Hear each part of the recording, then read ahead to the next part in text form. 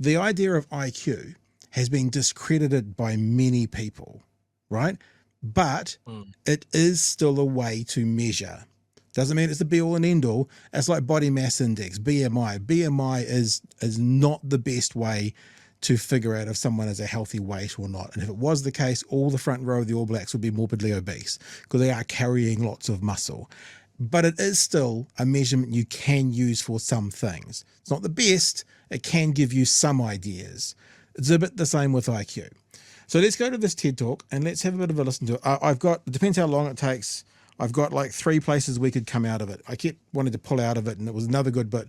And it's quite confronting how he describes people in poverty, but stick with us because he's about to explain why people are in poverty and why they stay in poverty and what to do about it. The title is called Poverty Isn't a Lack of Character, It's a Lack of Cash. Now you might go, yeah, well, of course, but wait, there's more.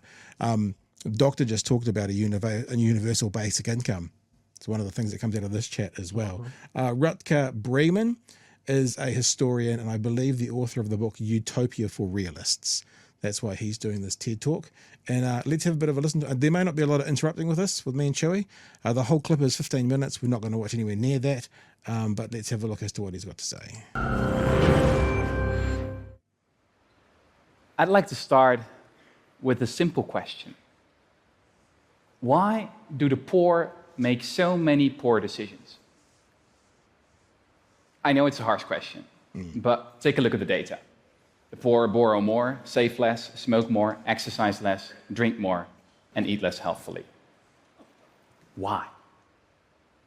Well, the standard explanation was once summed up by the British Prime Minister Margaret Thatcher, and she called poverty a personality defect. A lack of character, basically. Confronting at the start. Stick with me. Now, I'm sure not many of you would be so blunt. But the idea that there's something wrong with the poor themselves is not restricted to Mrs. Thatcher. Some of you may believe that the poor should be held responsible for their own mistakes, and others may argue that we should help them to make better decisions. But the underlying assumption is the same. There's something wrong with them. If we could just change them, if we could just teach them how to live their lives, if they would only listen. And to be honest, this was what I thought for a long time. It was only a few years ago that I discovered that everything I thought I knew about poverty was wrong. It all started when I accidentally stumbled upon a paper by a few American psychologists. They had traveled 8,000 miles all the way to India for a fascinating study. And it was an experiment with sugarcane farmers. You should know that these farmers collect about 60% of their annual income all at once, right after the harvest. And this means that they're relatively poor one part of the year and rich the other. And the researchers asked them to do an IQ test before and after the harvest. What they subsequently discovered completely blew my mind. The farmers scored much worse on the test before the harvest. The effects of living in poverty, it turns out, correspond to losing 14 points of IQ. Now, to give you an idea, that's comparable to losing a night's sleep or the effects of alcoholism. A few months later, I heard that Elder Shafir, a professor at Princeton University and one of the authors of this study, was coming over to Holland, where I live. So we met up in Amsterdam to talk about his revolutionary new theory of poverty. And I can sum it up in just 2 words: scarcity mentality. It turns out that people behave differently when they perceive a thing to be scarce. And what that thing is doesn't much matter, whether it's not enough time, money, or food. You all know this feeling when you've got too much to do, or when you've put off breaking for lunch and your blood sugar takes a dive. You know, this narrows your focus to your immediate lack, to the sandwich you've got to have now, the meeting that's starting in 5 minutes, or the bills that have to be paid tomorrow. So the long-term perspective goes out the window. You could compare it to a new computer that's running 10 heavy programs at once. It gets slower and slower, making errors. Eventually it freezes, not because it's a bad computer, but because it has too much to do at once. Now, the poor have the same problem. They're not making dumb decisions because they are dumb, but because they're living in a context in which anyone would make dumb decisions. So suddenly, I understood why so many of our anti-poverty programs don't work. Investments in education, for example, are often completely ineffective. Poverty is not a lack of knowledge. A recent analysis of 201 studies on the effectiveness of money management training came to the conclusion that it has almost no effect at all. Now, don't get me wrong. This is not to say that the poor don't learn anything. They can come out wiser, for sure. But it's not enough. Or, as Professor Shafir told me, it's like teaching someone to swim and then throwing them in a stormy sea. I still remember sitting there, perplexed. And it struck me that we could have figured this all out decades ago. I mean, these psychologists didn't need any complicated brain scans. They only had to measure the farmer's IQ, and IQ tests were invented more than 100 years ago. Actually, I realized I'd read about the psychology of poverty before. George Orwell, one of the greatest writers who ever lived, experienced poverty firsthand in the 1920s. The essence of poverty, he wrote back then, is that it annihilates the future. And he marveled at, quote, how people take it for granted. They have the right to preach at you and pray over you as soon as your income falls below a certain level. Now, those words are every bit as resonant today. The big question is, of course, what can be done? Modern economists have a few solutions up their sleeves. We could help the poor with their paperwork or send them a text message to remind them to pay their bills.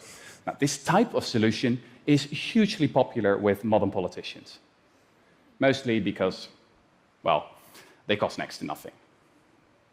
These solutions are, I think, a symbol of this era in which we so often treat the symptoms but ignore the underlying cause.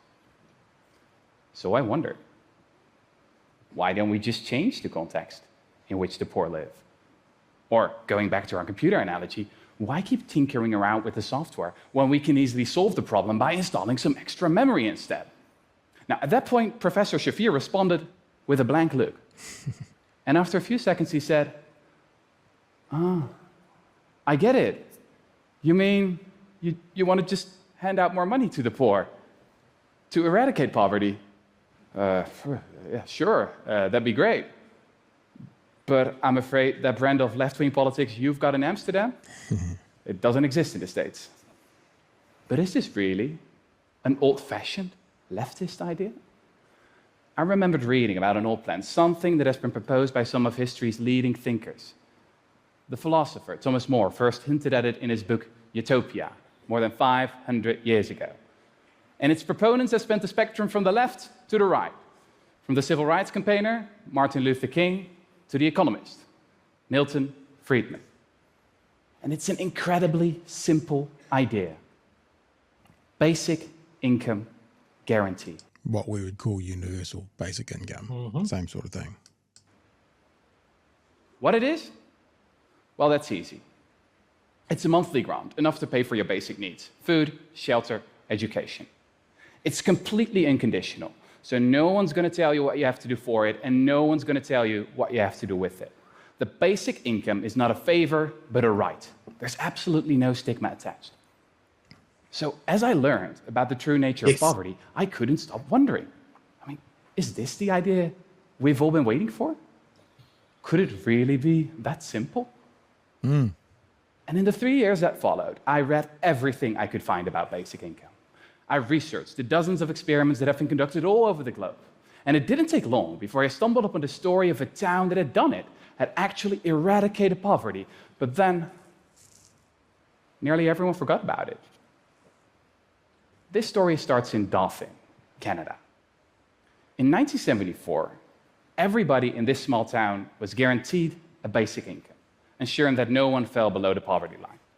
And at the start of the experiment, an army of researchers descended on the town. For 4 years, all went well. But then a new government was voted into power. And the new Canadian cabinet saw little point to the expensive experiment. So when it became clear there was no money left to analyze the results, the researchers decided to pack their files away in some 2,000 boxes. 25 years went by. And then Evelyn Forget, a Canadian professor, found the records. And for 3 years, she subjected the data to all manner of statistical analysis. And no matter what she tried, the results were the same every time. The experiment had been a resounding success. Evelyn Forget discovered that the people in Dauphin had not only become richer, but also smarter and healthier. The school performance of kids improved substantially. We should, Nicola, you're watching, eh? Nicola? Yeah, I'm sure you're watching. Seymour. Yeah, so David, you're watching? Good. Make sure everyone tags them in this when these clips come out. The hospitalization rate decreased by as much as 8.5%. Domestic violence incidents were down, as were mental health complaints. And people didn't quit their jobs. The only ones who worked a little less were new mothers and students. The exact people who you kind of go, yeah, if you need to take a bit more time, you probably should. Now, we're just coming up to the end of this. As you can see, there's a good 6 minutes to go. It's linked in the description. You should go and watch the rest of it if you want. We're not going to watch the whole thing tonight. The only ones who worked a little less were new mothers and students who stayed in school longer.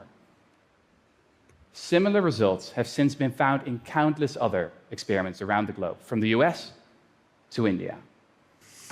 He then goes into talking about the US can't afford it. That's all we're going to show tonight. And then he breaks down actually how inexpensive this kind of thing is, because what it saves on the back end with things like fewer hospitalizations, and that it actually pays for itself fairly easily. So as I said, if you're watching us on YouTube, that is linked in the YouTube description. We've watched basically the first 9.5 minutes. If you haven't seen it before, go and watch the rest of it. But Chewy, had you seen that before? And if not, do you want to comment on it?